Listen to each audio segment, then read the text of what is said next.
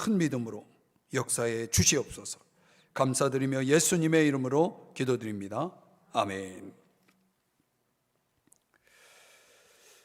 자, 오늘 느헤미야 10장 그리고 이제 다음 주에 또 이어서 10장 후반부를 같이 함께 나누도록 하겠습니다. 크리스천 유머 가운데 돼지의 소원이라는 제목의 유머가 있습니다. 들으신 적이 있으신 분들은 그냥 조용히 계시고, 처음 들으신 분들은 이런 게 있구나 이렇게 생각하시면 됩니다. 어느 날 돼지가 하나님 앞에 기도를 했습니다. 하나님, 소 새끼는 송아지, 말 새끼는 망아지, 닭 새끼는 병아리, 하다못해 개 새끼도 강아지라고 부르면서 왜 돼지 새끼는 그냥 돼지 새끼인가요? 우리도 그럴싸한 이름 하나 만들어 주시면 안 될까요? 하면서 돼지가 하나님께 기도했습니다. 그랬더니 하나님이 기도를 응답하셨습니다. 이렇게 응답하셨습니다. 돼야지. 암 되고 말고. 돼야지. 여러분, 우리가 우리의 삶을 바라볼 때 되냐 안 되냐를 우리가 결정하죠. 마음으로. 그렇죠? 우리 마음 속에 어떤 일들을 이루어 나갈 때 우리 마음 생각이, 마음가짐이 참 중요하다는 생각이 듭니다. 될 것도 내가 안 돼 그러면 안 되는 겁니다. 우리 마음이 어떤 마음을 가지고 있느냐가 참 중요하죠. 유명한 그 심리학자 빅터 프랭클이 이 현대인들의 그 고장난 심리적 증상에 대해서 세 가지를 지적하잖아요. 그러니까 하루살이적 태도. 이게 뭐냐면 그냥 찰나적이고 순간적인 그런 것만 생각하는 거죠. 다음이 없는 거예요. 미래가 없는 거죠. 항상 그때만 생각하면서 살아가는 것입니다. 그런 마치 하루살이처럼 말이죠. 인생을 그렇게 가볍게 살아가는 사람들도 있는가 봅니다. 운명적인 태도를 가진 사람도 있다고 그러죠. 될 대로 되라는 거죠. 생명이 없는 것입니다. 특별히 우리 크리스천들의 삶의 태도에 있어서 이런 태도는 절대 있어서는 안 됩니다. 될 대로 되라는 게 어디 있습니까? 하나님을 믿는 사람들이 그런 태도를 가져서는 안 되는 겁니다. 세 번째 빅터 프랭클의 지적은 도피적인 태도죠. 현실 도피라는 것은 결국은 자꾸 남에게 탓을 돌리고 원인을 남에게 돌리면서 자기를 계속 현실 세계 속에서 도피시키는 거죠. 근데 이런 태도들이 결국은 현대인들이 가지고 있는 그런 잘못된 고장난 그런 심리적 증상이다 이렇게 지적을 했습니다. 우리 안에서 이런 증상들이 혹 있다면 틀림없이 그 결과는 아무런 변화도 기대할 수 없다는 거죠. 우리가 진정 무엇을 바라고 원하고 그래서 우리의 미래를 향해서 우리가 계속 전진해 나갈 때 절대로 이런 태도들이 우리 안에 스며들지 않도록, 우리의 삶을 지배하지 않도록 우리가 철저하게 그런 태도들을 거부하고 물리쳐야 됩니다. 우리가 지금 느헤미야 10장에 왔는데 8장, 9장, 10장은 아주 굉장히 중요한 원리 세 가지를 제시하고 있는 거죠. 느헤미야가 이끈 주도한 참된 부흥에 있어서 8장에서는 말씀의 중요성을 강조하고 9장에서는 회개의 중요성을 강조했습니다. 그러니까 말씀이 있고 회개가 있고, 그리고 10장에 와서 잠시 제가 지난주에도 말씀을 드렸던 것처럼 헌신, 이 헌신이라는 것이 따라올 때 진정한 부흥이 가능하다라고 하는 내용입니다. 그러니까 말씀은 지적인 걸 강조하고 회개는 정적인 걸 강조한다면 헌신이라는 건 결국 의지적인 것을 강조하죠. 그러니까 지정의의 변화가 있을 때 우리는 참된 부흥을 경험할 수가 있습니다. 그러니까 느헤미야의 이야기 속에서 저와 여러분이 깨달아야 되고 이 세 가지 요소입니다. 말씀, 회개, 헌신. 근데 우리가 이 세 가지 속에서 특별히 10장에 와서 느헤미야와 그 백성들의 심령 속에 이 변화에 대한 갈망이 얼마나 강렬했는가를 알 수가 있습니다.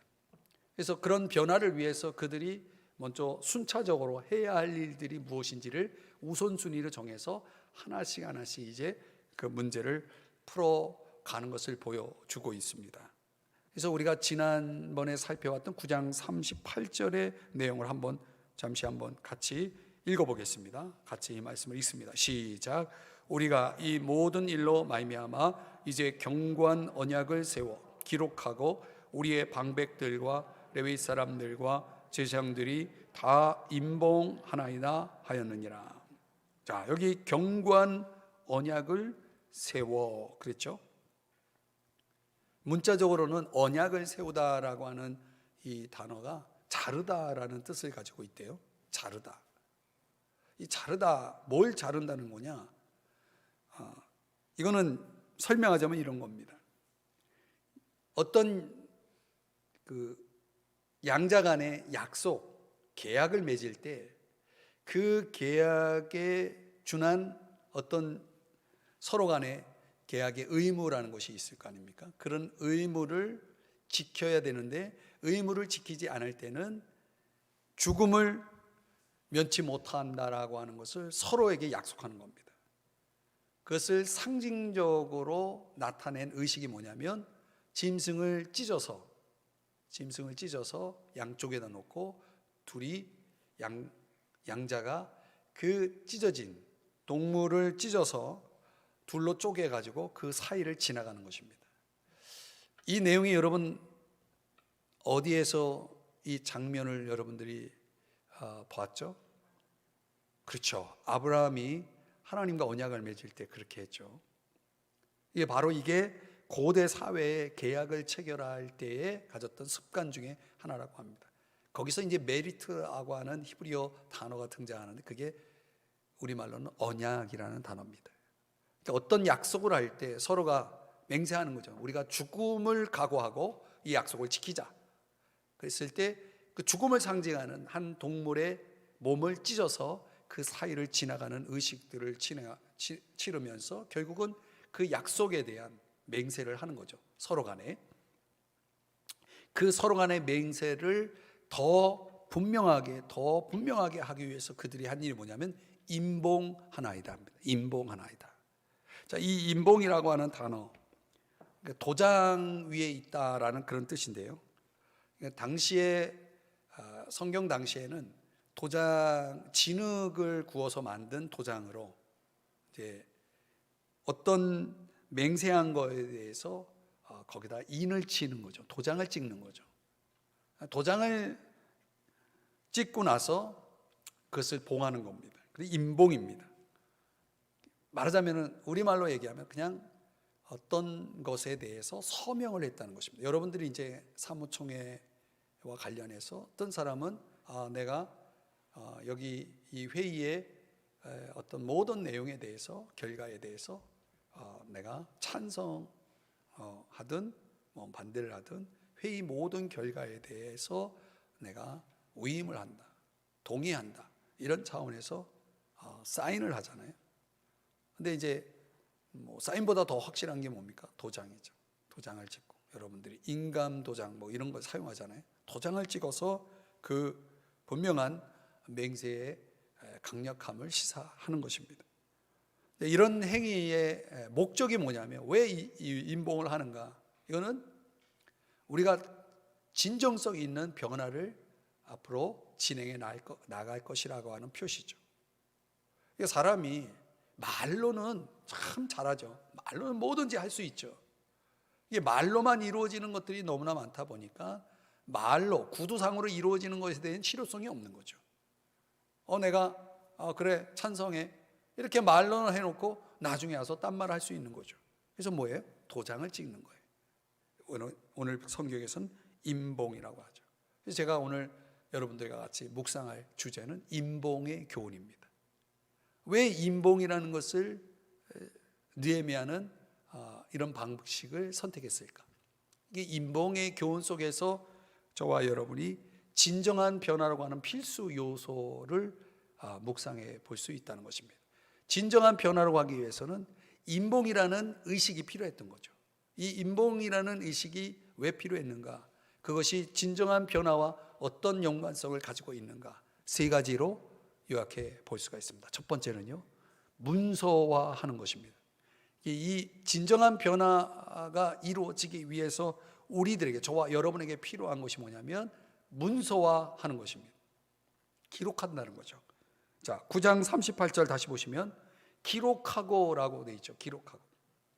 이게 문서화라고 하는 그런 용어로 제가 표현을 했습니다. 어떤 기록된 문서 내용에 그것을 무엇을 기록했을 때 견고한 언약을 세워 기록하고 임봉을 했다고 그랬잖아요. 거기에 도장을 찍을 때 뭐가 있냐면 서명들이 있는 거예요. 사람들의 이름이 등장하게 됩니다. 이 문서가 얼마나 중요한지를 주지시키기 위해서 그냥 단순하게 그래 찬성 이렇게 동의하는 수준이 아니라 내가 여기에 대해서 확실하게 책임을 지겠다라고 하는 어떤 실천의 어떤 목적을 위해서 이런 작업을 했다는 것입니다.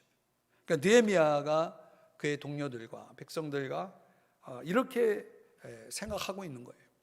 그냥 우리가 단순히 자 우리 좀 새로워지자, 좀 달라지자, 아무리 말로 그렇게 서로 나누고 떠들어도 공허한 말에 그칠 수밖에 없어요.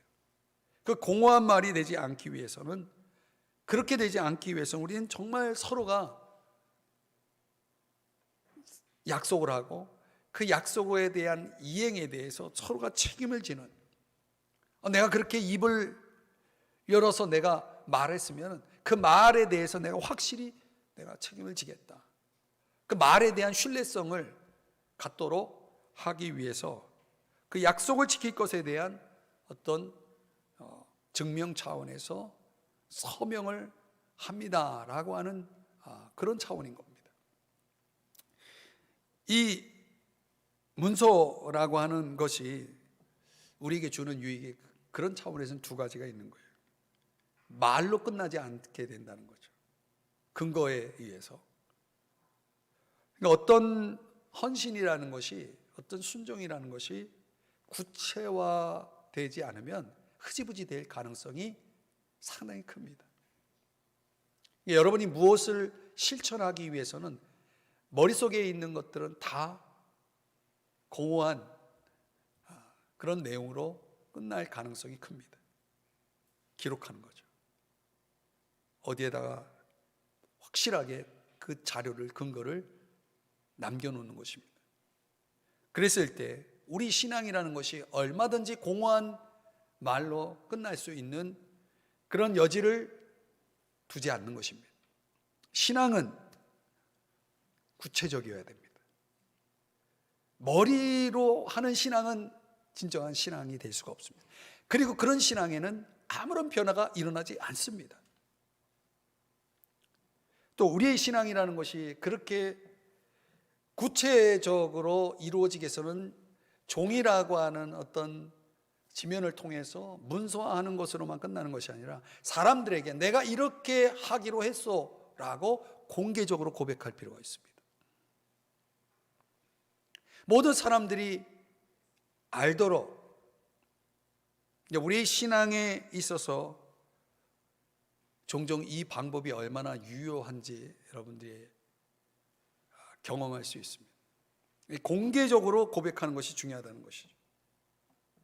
그러니까 나만 아는 어떤 약속들, 나와 나 자신과의 어떤 약속들은 아무런 일도 일어나지 않는 그런 약속이 될 가능성이 큽니다. 우리가 경험해 봤잖아요. 우리 자신과 하는 약속들이 남은 모르고 나와 내진 하나님과의 관계 속에서, 또 나와 나 자신과의 관계 속에 얼마나 많은 약속들이 그냥 공허한 생각이나 말로 끝납니까? 그러니까 공개적으로 고백하는 것이 중요하다. 제가 다시 한번 여러분들에게 강조하고 싶어요. 그래서 어떤 목사님이, 저도 사실은 이런 것들을 좀 한번 실제적으로 좀 하고 싶었지만은 우리 교회에서는 그런 상황이 잘 안 되더라고요. 뭐냐면 결혼 주례를 하기 전에 반드시 3번 이상은 면담을, 상담을 해야 주례를 해주는 거예요. 만약에 그렇게 못한다 그러면 주례를 다른 사람한테 부탁하라고 사양하는 거죠. 그래서 이 두 사람을 이제 결혼할 이 커플을 세 번 이상 만나서 뭘 하냐면, 먼저 만나가지고 당신들이 결혼했을 때 부부로서 어떤 서로 간에 함께 공유할 어떤 행동에 대한 지침을 우선순위를 잡아서 목록 리스트를 만들어서 적어가지고 와라. 그게 이제 첫 번째 과제입니다. 당신이 부부로서 앞으로 어떻게 살아갈 것인지에 대한 우선순위 안에서 리스트를 만들어서 가져와라. 그게 첫 번째 과제고, 두 번째는 그걸 가지고 반드시 결혼식 때 읽도록 만드는 거죠. 근데 이 결혼식 때 읽으면 분명히 많은 축하객들이 들을 거고, 또 중요한 게 생깁니다. 녹화된 비디오가 나오게, 자료가 남게 되죠. 그거는 아주 중요한 자료가 되는 거죠. 그래서 자신들의 입으로 반드시 그것을 서약하게 하고, 그 다음에 이제 세 번째는 결혼 기념일이 될 때마다, 이것도 이제 숙제예요. 결혼 기념일이 될 때마다 그 비디오를 다시 보도록. 그래서 서로 매년마다 그 서약대로, 서로 했던 그 서약대로 다시 재다짐할 수 있도록, 그렇게 이제 3가지의 숙제를 내주는 거예요. 근데 이 3가지의 숙제가 자신이 이제 그렇게 주례해서 가정을 이룬 커플들 안에 굉장히 그 어떤 문제 해결에 상당히 도움이 많이 됐다. 이제 그런 사례를 제가 어떤 부부 세미나에서, 지금은 이제 사역을 안 하고 있지만은 아버지 학교라고 하는 그 사역을 하면서 여기서 이제 어떤 강사를 통해서 제가 얘기를 들었어요. 그래서 제가 우리 교회에서 이걸 적용하고 싶었는데 한 번도 못했어요. 3번 만나자 그러면 다 딴 데로 갈 것 같아서. 우리가 어떤 것을 기록할 뿐만 아니라 그걸 자료로 남겨놨을 때 또 그것이 계속 우리에게 리마인드가 되고, 그러면 그런 것들이 우리의 마음들을 처음 가졌던 마음들로 다시 돌아가게 하고, 그러면서 계속해서 새롭게 관계를 이루어 나가고 문제를 풀어가는 그런 유익을 이야기하면서 그런 것들이 이제 우리에게 적용점이 하나가 될 수 있는 거죠. 여러분, 그 할리우드의 그 유명한 영화 배우인 짐 캐리라는 영화 배우가 있습니다. 그 짐 캐리가 굉장히 이제 가난한 배우였다고 그러죠. 그 할리우드에 도착했을 때 자기 주머니 속에는 그 손수건을 꺼내가지고 거기다가 수표를 하나 끊습니다.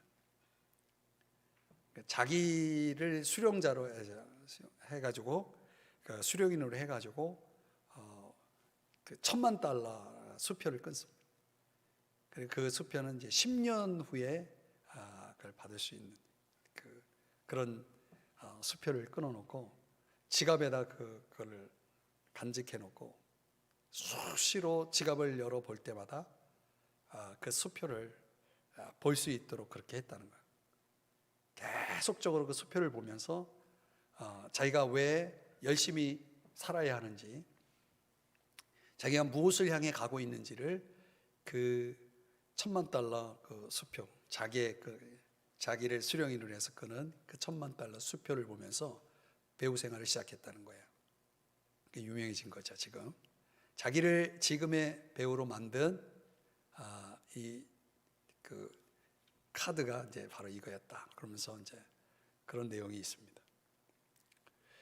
우리가 뭐 대학에 가서 우리 자녀들이 이제 공부를 시작한다고 했을 때, 또 어떤 직장에 들어가거나 또 어떤 사업을 시작할 때 이런 방법은 어떨까요?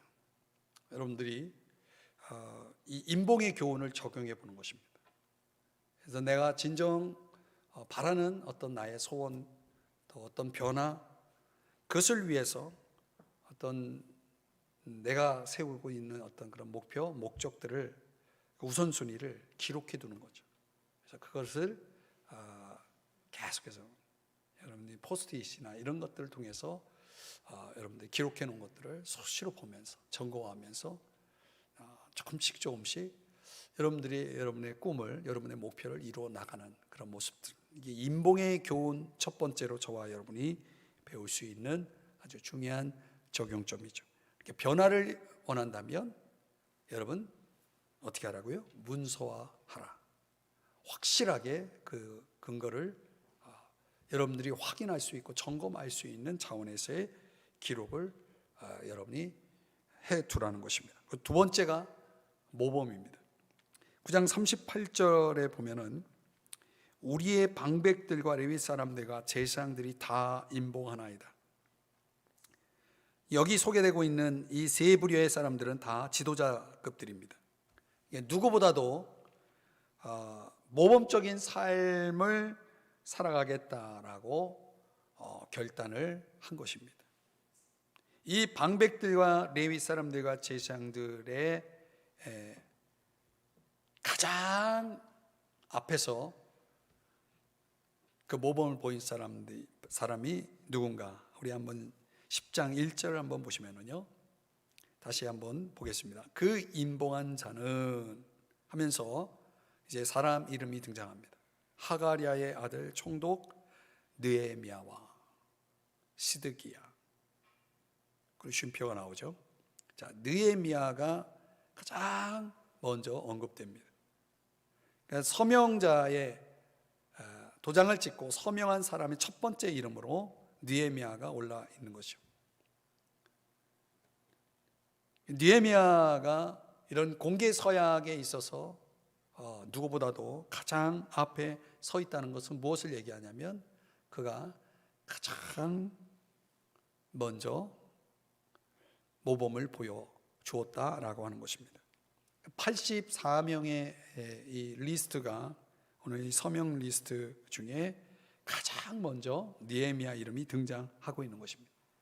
그리고 그 다음에 21명의 제사장들, 17명의 레위인들, 그리고 44명의 백성 지도자들이 27절까지 언급이 됩니다. 오늘은 사람 이름밖에 없어요, 본문에. 이 내용을 가지고 이제 제가 여러분에게 설교를 하면서 강조하고 싶은 게 뭐냐면, 그 많은 사람들 중에 이 84명의 이 서명 리스트, 한 사람 한 사람을 우리가 다 살펴볼 수가 없어요. 근데 여기서 우리가 주목해 볼 것은 적어도 이 84명은 모든 사람들에게 있어서 좋은 모범이 되었다는 거죠. 그 중에 이 84명 중에도 누가 먼저 서명을 했느냐가 중요한 겁니다. 느헤미야가 먼저 했다는 거예요. 그 느헤미야가 가장 중요한 모델이 된 것이요. 신앙 변화의 주도자는 다름 아닌 느헤미야였다는 것입니다. 공동체 속에 이 느헤미야의 역할을 하는 사람들이 분명히 있어요. 어떤 일을 할 때 가장 먼저 나서는 사람들, 우리 영광을 받고 높임을 받는 그런 자리가 아니라 정말 희생하고 헌신하고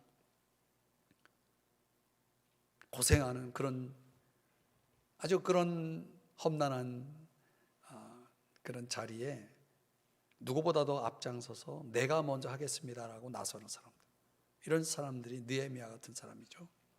이런 사람들이 우리에게는 변화를, 진정한 변화를 위해서 우리가 주목하고 본받아야 될 사람, 바로 그런 사람이라는 거예요. 그러니까 많은 사람이 있지만 여러분 신앙생활하면서 많은 사람을 볼 필요 없어요.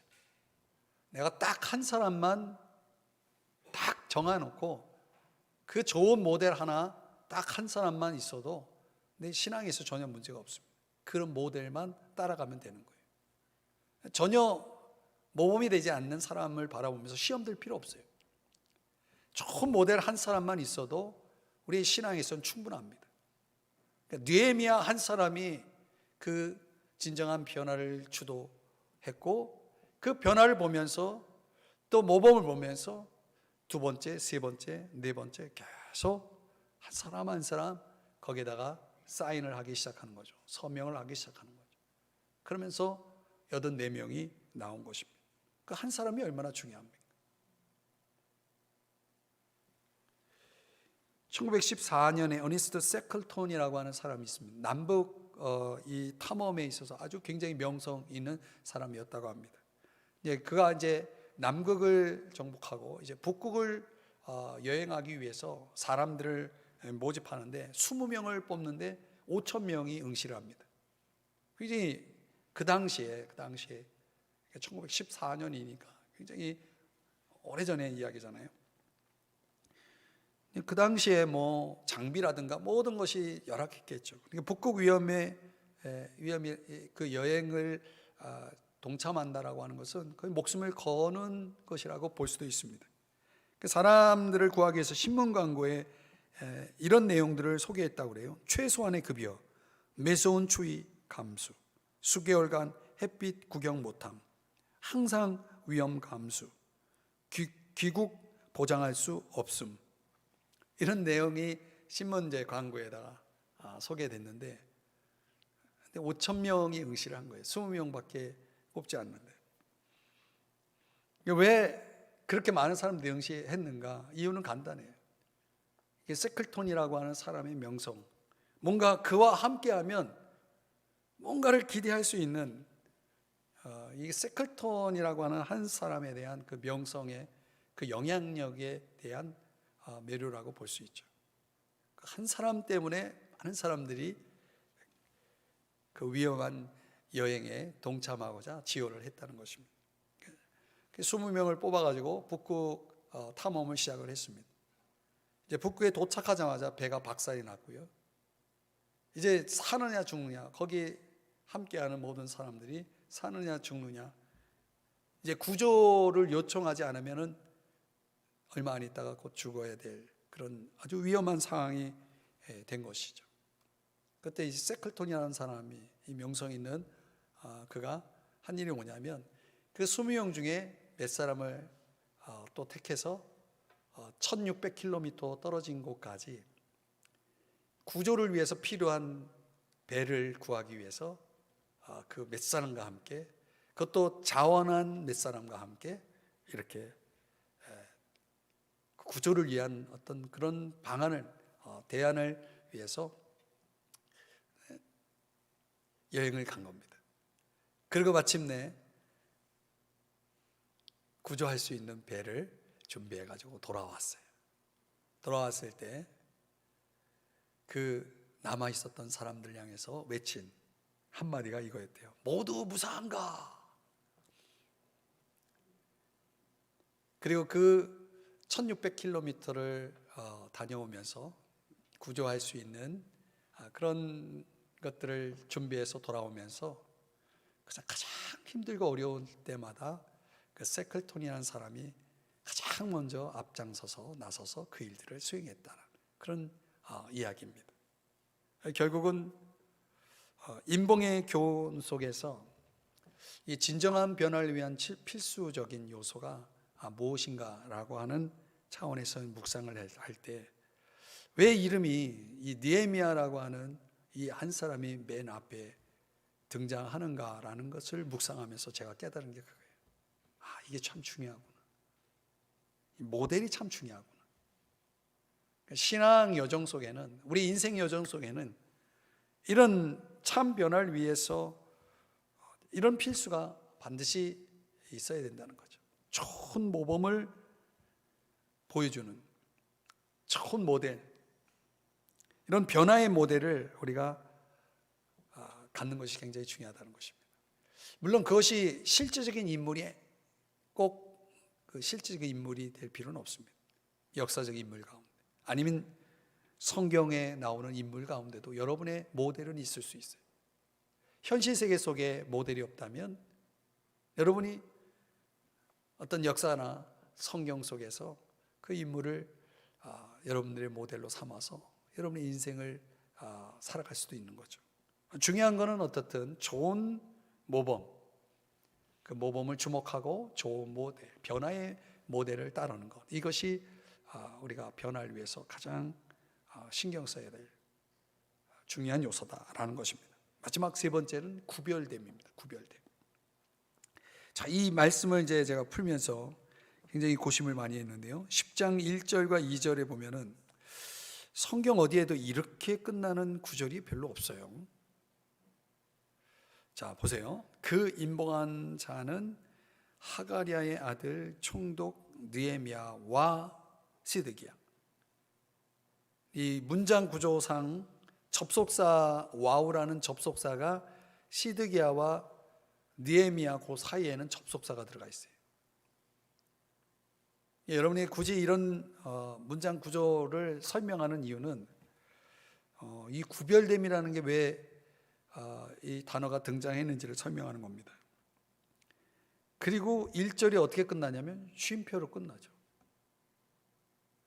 그리고 2절은 스라야가 그 다음 등장하고 아사랴, 예레미야 계속 쉼표로 표시되죠. 그러니까 접속사가 없는 거예요. 이 말은 무슨 얘기냐면 결국 이 1절의 이 두 사람, 느헤미야와 시드기야라고 하는 이 두 사람을 묶어놓고 나머지 82명과 구별시켜 놓은 거예요. 뭔가 특별한 거죠. 근데 중요한 거는 이 느헤미야와 시드기야는 오늘날 얘기하면 정치 지도자입니다. 그리고 스라야서부터, 스라야는 이제 우리가 앞에 에스라서를 살펴봤지만 에스라의 가문 이름입니다. 에스라가 여기 임봉한 자의 이름이 등장하지 않은 이유는 요 스라야 가문이 대표자가, 그 가문의 대표자가 임봉을 했기 때문에 그 가정 전체가 임봉자로 다 들어가는 그런 경우가 된 겁니다. 그래서 에스라는 굳이 따로 개인적으로 임봉할 필요가 없었던 거죠. 어떻든 느헤미야와 이 시드기야가 오늘날로 얘기하면 평신도 지도자라고 할 수 있는 이 두 사람이 앞에 딱 구별되고, 그리고 스라야, 아사랴, 예레미야에서 제사장의 이름이 등장합니다. 제사장의 이름이 앞에 등장할 것 같은데 왜 이 두 사람이 먼저 앞서서 언급이 됐을까?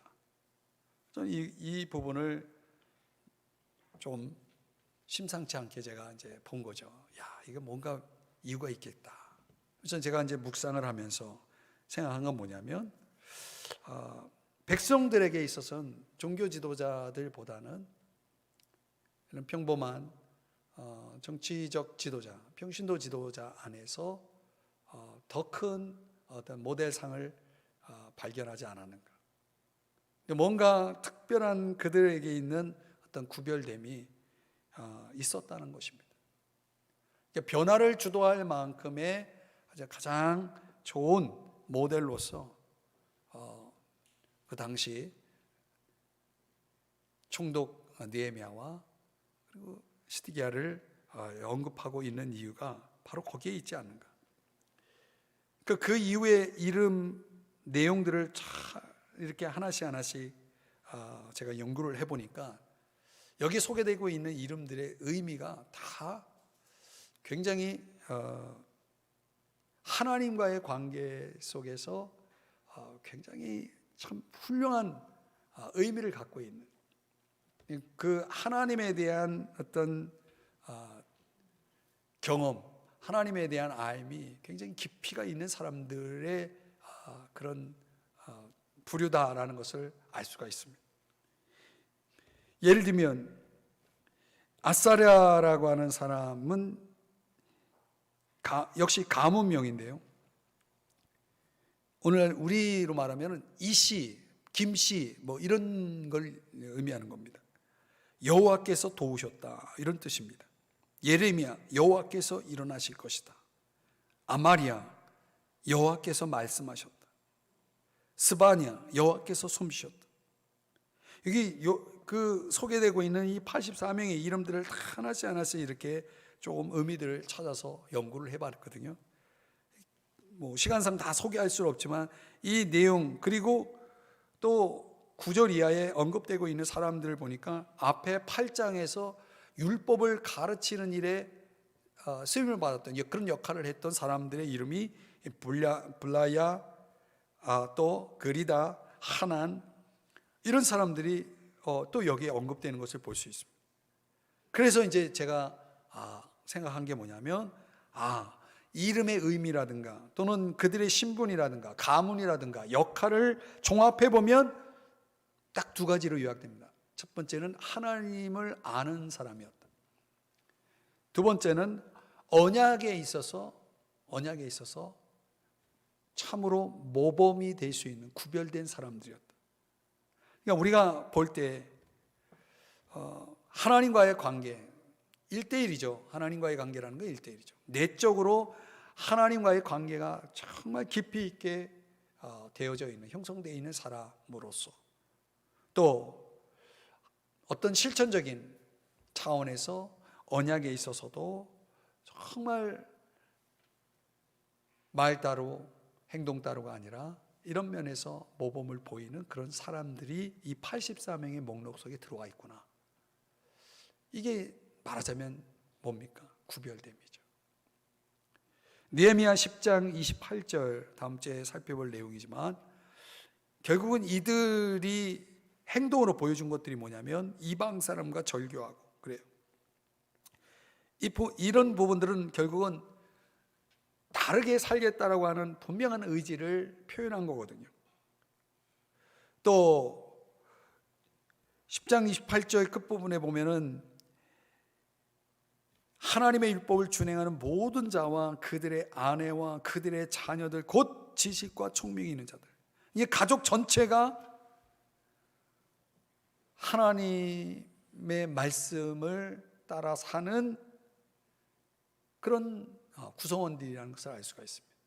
가족 전체가 여기에 지식과 총명이 있는 사람이다, 이렇게 표현하고 있죠. 이런 것들은 개인적인 차원에서 뿐만 아니라 가정적으로도 상당히 어떤 구별됨의 의지를 보여주는 내용이라고 봅니다. 저는 이런 것들을 보면서 그 많은 사람들 가운데 여기에 등장하는 그 인물들, 우리가 볼 때는 성경 읽으면서 별로 중요하게 여기지 않을 수 있는 이런 본문들을 그냥 패스해 버릴 수 있는데, 이런 걸 하나하나 곰곰이 제가 이제 묵상을 하면서 깨달은 것이 바로 이겁니다. 사람들의 관심은 삶의 문제에 있어서 세상 사람들과 동일하게 되려는 것에 관심이 있다면, 바로 여기 등장하는 사람들은 철저하게 세상 사람들과 구별되려고 노력하는 그런 사람들이었다는 거죠. 구별된 삶을 위해서 행동으로 보여준 사람들이었다는 거죠. 교회 안에는요, 이런 84명의 리스트에 들어올 수 있는 사람들도 있고, 전혀 구별되지 않고 세상과 섞여서 타협하면서 살아가는 사람들도 있고, 다양한 사람들이 교회 공동체 안에는 모여 있죠. 근데 우리가 적어도 나는, 또 내 가정은 세상과 구별되어 살리라 하면서 하나님 앞에서 그렇게 헌신하여 살아가는 모습들, 마치 인봉된 이 사람 목록 속에 나 한 사람이 들어가 있는 것이 아니라 오늘 제가 말씀드린 대로 스라야 같은, 그리고 아사랴, 이거 다 사람 이름이 아니라 가문 이름이거든요. 그 가문 통째로 실제로 그 인봉자의 명단 리스트에 가문이 들어가 있는 겁니다. 여러분 가정 한 가정이 이런 믿음의 가문, 이런 헌신된 가문이 될 수 있기를 주의 이름으로 축복합니다. 그래서 여러분의 가족들, 여러분의 자녀들까지도, 여러분의 모든 구성원들이 같이 하나님 앞에 구별되어 이렇게 드려질 수 있다는 게 얼마나 영광스러우냐고요. 적어도 그렇기 때문에 성경에 그 이름이 단 한 번 언급될 수 있는, 단 두 번 언급될 수 있는 그런 이름들이 이 성경에 남아 있다는 거예요. 하나님이 우리 가정을 그렇게 임봉하듯이, 그래서 이 성경책에 남겨놓은 것처럼 우리 가정도 그렇게 하나님이 써주시기를 바랍니다. 우리 가정도 이런 가정이 되었으면 좋겠습니다. 즉 이런 기도가 나오는 거예요. 여러분 어떻습니까? 여러분의 가정이 그렇게 되길 원치 않습니까? 로마서 12장 1절 2절 말씀해 보면은 결국은 우리 몸을 하나님이 기뻐하시는 것에 드리는 거 아니겠습니까? 내가 나 한 사람을 드리는 것으로도 만족할 수 있겠지만은 우리 가정 전체가 하나님 앞에 온전하게 임봉되듯 하나님 앞에 헌신되기로 다짐하고 우리 가정 전체가 하나님 앞에 드려질 수 있다면 얼마나 좋습니까? 그러기 위해서 2절이 필요한 거 아니겠습니까? 이 세대를 본받지 말고 오직 마음을 새롭게 함으로 변화를 받아서 하나님의 뜻대로 분별하여 하나님 앞에 구별되어 드릴 수 있는 그런 나, 그리고 우리 가정, 우리 자녀들, 이렇게 된다면 이보다 더 큰 영광이 어디 있겠습니까? 그래서 여러분에게 도전하고 싶은 건 그거예요. 이제 올해 얼마 남지 않았죠? 새해를 맞이할 때 여러분의 2022년은 그런 해가 됐으면 좋겠어요.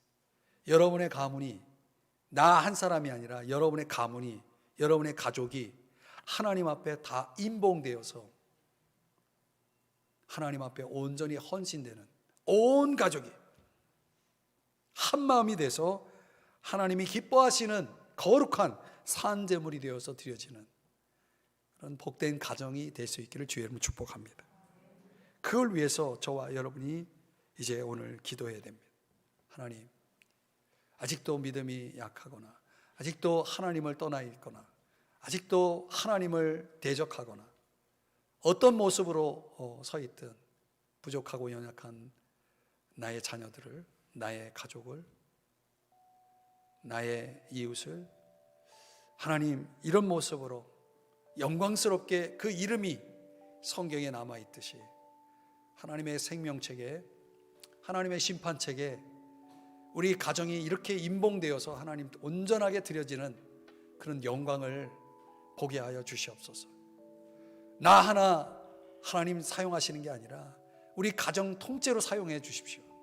하나님 우리 자녀 함께 사용해 주십시오. 우리 하나님 앞에 그런 마음으로 여러분 오늘 기도하시기 바랍니다. 그래서 오늘 큰 내용은 아니지만은 사실 이 내용 속에서 바로 이것이 진정한 변화로 가는 필수 요소였구나. 뭐예요? 남겨놓는 거죠. 문서화시키는 거죠.